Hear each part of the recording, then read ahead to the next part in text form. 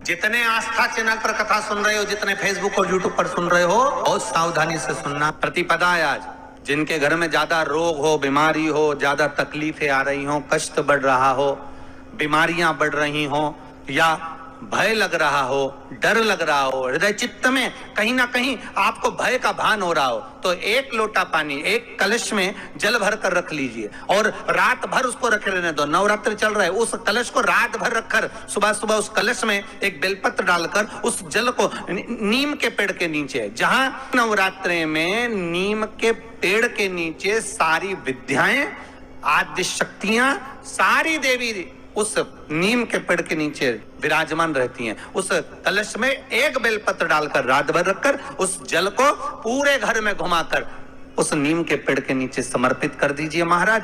घर में भय लगना बंद हो जाएगा, कोई बड़ी बीमारी आपको घेरेगी नहीं और उस बीमारी से, उस रोग से आप मुक्त रहेंगे।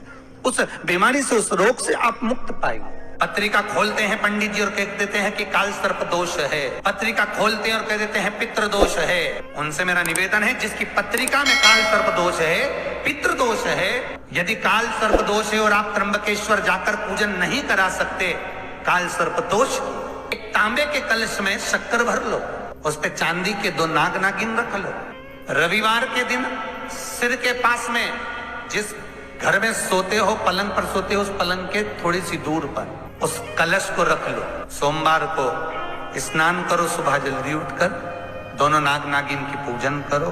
घर में किसी से ज्यादा बात ना करो। स्नान कर कर, पूजन कर कर, थोड़ा सा कटोरी में कच्चा दूध लेकर उस नाग नागिन पर चढ़ाकर, पूजन कर कर, सफेद फूल 2 चढ़ाकर उस कलश को ले जाओ और शंकर जी के शिवलिंग पर ऐसे अर्पण कर दो।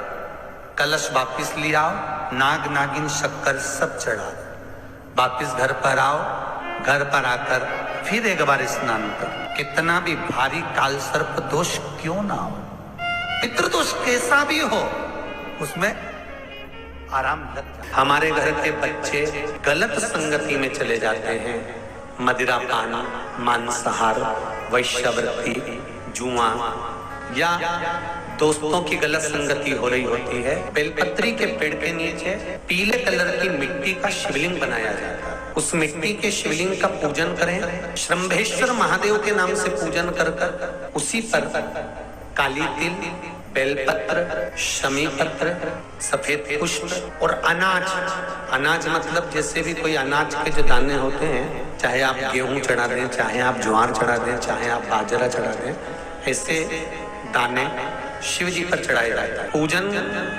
करने के बाद उस पूजन को जब विसर्जन करने जाते हैं तो जो अनाज के दाने डाले गए हैं, चढ़ाए गए हैं, वो उठा लिए जाए। वही अनाज के दाने, जो व्यक्ति गलत संगति में पड़ा हुआ है, मदिरा पान, मांसाहार, वैश्यवृत्ति, जुआ या व्यसनों में डूबा हुआ है, एक एक दिन में एक एक अनाज का दाना उसको खाने के लिए दिया जाता है।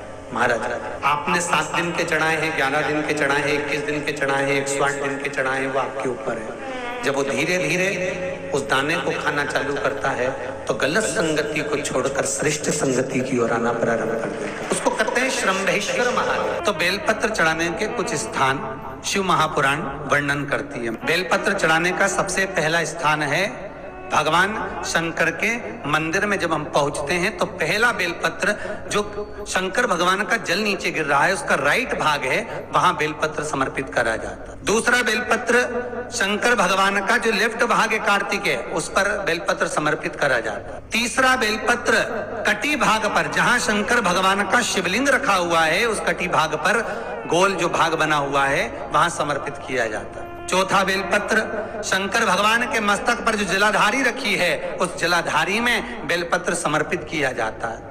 पांचवा बेलपत्र शंकर भगवान के शिवलिंग पर समर्पित करा जाता है। छठा बेलपत्र अपने हृदय चित्त को धारण कर कर बेलपत्र को गीला कर कर बीच की पत्ती पर शहद लगाकर भगवान शंकर के शिवलिंग पर लगाया जाता है, अपनी कामना कर कर। और आठवां बेलपत्र श्री नंदी जब आए तो नंदी को समर्पित करा जाता है। और नवा बेलपत्र भगवान शंकर की चौखट पर राइट भाग में समर्पित कर कर अपने घर को जो व्यक्ति चला आता है उसकी मनोकामना शंकर पूर्ण कर देते हैं महाराज। ऐसे नव बेलपत्र से नव निधियां, ऐसे नव बेलपत्र से नव आनंद, नव सुख, नव निधि जीव को प्राप्त हो।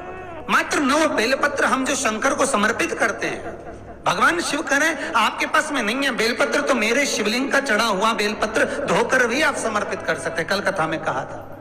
आपको लग रहा हो मैंने 2-3 व्यापार करके देख लिए और घाटा ही घाटा हो रहा है, इसमें मुझे तरक्की नहीं मिल रही है, इसमें मुझे उन्नति नहीं मिल रही है, या कर्जा बढ़ रहा है, घट नहीं रहा, तब एक प्रयोग जरूर करिएगा। तब बन सके एक धतूरा भगवान शंकर के शिवलिंग के ऊपर रख दीजिए। जब तुम्हें लगे कि मैंने 2-3 व्यापार बदल कर देख लिए, चल नहीं रहे या कर्जा बढ़ रहा है, घट नहीं रहा, तब एक धतूरा भगवान शंकर के ऊपर रख दीजिए। धतूरा रखने का एक नियम होता है। धतूरे की जो डंडी होती है, देखिए छोटी सी डंडी होती है धतूरे में, वो डंडी धतूरे की आप जहां बैठे हो उससे विपरीत होना चाहिए। धतूरे की डंडी आप इधर बैठे हो तो धतूरे की डंडी उधर हो। अपने को लग रहा है कि व्यापार मैंने बदल लिया, 2 बार 4 बार 6 बार व्यापार बदल के देख लिया और कर्जा बढ़ रहा है, पर व्यापार भी नहीं चल रहा। फैक्ट्री डाली वो भी चल बंद हो गई, दुकान डाली वो भी बंद हो गई, कुछ काम करा वो भी बंद हो गया। जहाँ संबंध के लिए जाते हैं संबंध नहीं होता है, बेटा बेटी बड़े हो गए उनका कहीं जम नहीं रहा, बहुत प्रयास करके देख लिया पर हो नहीं रहा, तो धतूरे को रखिए पर डंडी विपरीत दिशा की ओर हो और एक लोटा जल धीरे धीरे उसी धतूरे के ऊपर आप चढ़ाना प्रारंभ कर दीजिए जो शिवलिंग के ऊपर रखा। महाराज हाटकेश्वर महादेव का नाम लेके, कौन से महादेव, जम के बोलो जरा, हाटकेश्वर महादेव का नाम लेकर जो जल समर्पित करा जाता है और उस जल को समर्पित करने के बाद उसी धतूरे को वापस घर में ले आया जाता है। वापस लिया, उसके बाद तुम जिस कार्य में हाथ डालोगे और जो कार्य करना चाहोगे उसमें सफलता मिलना चालू हो जाएगी और कर्जा भी धीरे धीरे चूकना प्रारंभ हो जाएगा। संबंध नहीं हो रहे होंगे तो संबंध होना प्रारंभ। शंकर भगवान पर के तांबे के लोटे से ही जल चढ़ाना चाहिए, स्टील के लोटे से नहीं।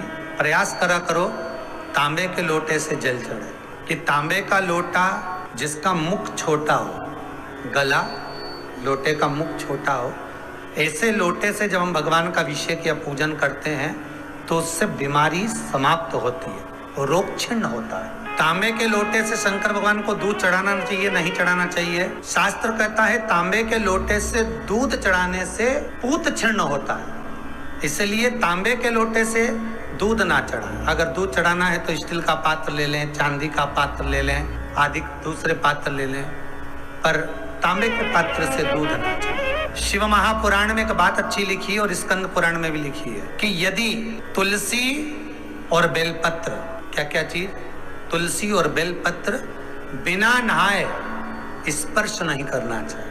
अगर बेलपत्र की पत्तियों को भी तोड़ना है, उतारना है, तुलसी के दल को भी उतारना है तो बिना नहाए ना उतारें। स्नान कर लिया हो तो तुलसी के दल को स्पर्श करें, तुलसी को स्पर्श करें या बेलपत्र को स्पर्श करें। बेलपत्र का भी स्पर्श बिना स्नान के नहीं किया जाता।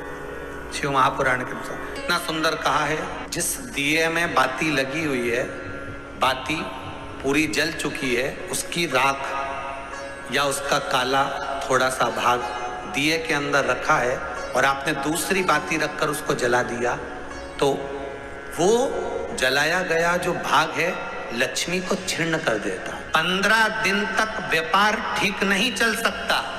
एक बार प्रैक्टिकल करके देखना। दिए के अंदर अगर कोई बाती जल गई, जलने के बाद ठंडी हो गई, ठंडी होकर उसमें राख पड़ी हुई है, या उसके अंदर कोई काला सा, आप गोल बत्ती लगाते तो काला का एक भाग काला काला सा जला हुआ उसके अंदर रह जाता है। कई लोगों की आदत रहती है कि अब शाम का टाइम तो है, उसको कौन हटाए, उसी में अपन दूसरी बत्ती रख दो, जला दो, उसी में रखकर दूसरी बत्ती जला दो। भाग उसी में पड़ा हुआ है पुराना, और आपने दूसरी बत्ती अगर रखकर जला दी है, व्यापार होगा, व्यवसाय होगा, या फिर घर में रखा हुआ धन होगा, 15 दिन के लिए वो छिन्न होगा, वो जाएगा। पैसा टिकने वाला नहीं 15 दिन तक, चाहे कुछ भी कर लो। कई लोग कहते भी होंगे कि हमारी दुकान तो 8 दिन तो अच्छी चलती, 8 दिन के बाद नए क्या हो जाता है, 15 दिन अच्छी चलती, 15 दिन के बाद नए जाने क्या हो जाता है। तो उसमें गलती ढूंढो कि हम गलती क्या कर रहे हैं। नहीं तो व्यापार तो अच्छा चल रहा है, ग्राहक भी आ रहे हैं, सब कुछ होता है। जब 15 दिन ग्राहक आते हैं तो 15 दिन क्यों नहीं आते, 8 दिन ग्राहक आते हैं तो 8 दिन क्यों नहीं आते। उसके पीछे तुम्हारा कोई कारण होगा। फिर अपनी गलती को ढूंढो कि हमारी गलती क्या बोले। या तो बहू है, या सास, या घर में रहने वाला कोई व्यक्ति, या घर के बच्चे दिए में दिया रखकर जला देते, मतलब उस बाती को फिर रखकर जला दिया, तो अब उसको तो तुम्हें भोगना है। अब उनको नहीं मालूम कि गलती क्या हो रही, गलती अपन कर रहे हैं। कितना सुंदर संवाद है वहां, बहुत ध्यान दीजिएगा जरा। अग्नि पुराण, स्कंद पुराण, दोनों पुराण में स्मरण करिएगा। कार्तिक खंड स्कंद पुराण का पढ़िए और अग्नि पुराण का भाग पढ़िए। बेलपत्री का पेड़ हो, पीपल का पेड़ हो, बड़ का वृक्ष हो, चाहे आंवले का वृक्ष हो, चाहे घर मंदिर से बाहर जाकर, अर्थात घर से बाहर जाकर, मंदिर से बाहर जाकर खुले में अगर आप कोई दिया जला रहे हो, दीप प्रकट कर रहे हो, तो उसमें इतना घी, इतना तेल मत डालकर जलाना कि दिया ठंडा हो जाए और तेल और घी उसमें पड़ा की पड़ा रह जाए। कई बार आपके साथ में भी हुआ होगा, आप दशा माता की पूजन करने गए हो, या पीपल की पूजन करने गए हो, या वृक्ष की पूजन करने गए, आंवले की पूजन करने गए, बेलपत्री का पूजन करने गए, तुमने तो दिए में घी डाल लिया ज्यादा, बत्ती भी लगा दी तुमने, और इस भाव से लगाई कि जलेगा थोड़ी देर तक, और मालूम पड़े तुम्हारी पूजन हुई, हवा का वेग आया, दिया ठंडा हो गया और उसमें घी पड़ा रह गया, उसमें तेल पड़ा रह गया। महाराज, जिस व्यक्ति ने दिया लगाया, जिस व्यक्ति ने दीप लगाया हुआ है, और अगर वो कुंवारी अवस्था में है तो अकेला शरीर का कष्ट भोगता है, और अगर उसकी शादी हो गई होती है तो पति और पत्नी दोनों को शरीर का कष्ट भोगना पड़ता है। कहीं कमर दुखेगी, कहीं घुटना दुखेगा, कहीं पीठ दुखेगी, आंखों में जलन होगी, कहीं ये सिर का जो गले का भाग होगा, कान के पास का, ये दुखना चालू हो जाएगा, ये पीछे का भाग दुखेगा। तो कई डॉक्टरों को दिखाओगे, इलाज देखो जरा, क्या सब हमें जांच कर लो, जांच में तो कुछ भी नहीं निकल रहा, दवाई भी खाते हैं, थोड़े दिन आराम लगता है, फिर वैसे हो जाता है। कारण निकालना है तो कारण ढूंढो कि हमारे पुराण क्या कर रहे हैं। कारण हमने खुद उत्पन्न करा है कि किसी वृक्ष की पूजन करी, उसमें तेल घी की मात्रा इतनी बढ़ा दी कि हम तो गए, जब तक बैठे दिया जल रहा था, उठ के गए, हवा लगी, दिया ठंडा हो गया, और उसमें जितने समय तक वो घी और तेल पड़ा हुआ है, 15 मिनट, 10 मिनट, 25 मिनट, 50 मिनट, 1 दिन, 2 दिन, 4 दिन, तो वो बार बार पलट पलट कर वो स्वास्थ्य को खराब करेगा ही। चाहे कुछ भी कर लो, कितनी भी जांच कराओ, कितनी भी जांच कराओ, फिर तुम अपने हॉस्पिटल में जाओ, जांच कराओ, लिख दी उन्होंने तो कि इसकी जांच कराओ, उन्हें उसकी जांच कराओ। गलती ढूंढो कि अपन क्या गलती कर रहे हैं, गलती किस जगह पर हो रही है। श्री शिवाय नमस्तुभ्यम, सब बोलिए एक बार जमकर, श्री शिवाय नमस्तुभ्यम। प्रैक्टिकल जरूर करना, कहीं सियोर वाला महाराज झूठ तो नहीं बोल रहा। शास्त्रों की बातें हमारे जीवन में हमें सुख प्रदान करें, इसलिए इस भाव का आनंद करते हुए आज की कथा को विराम देते हैं।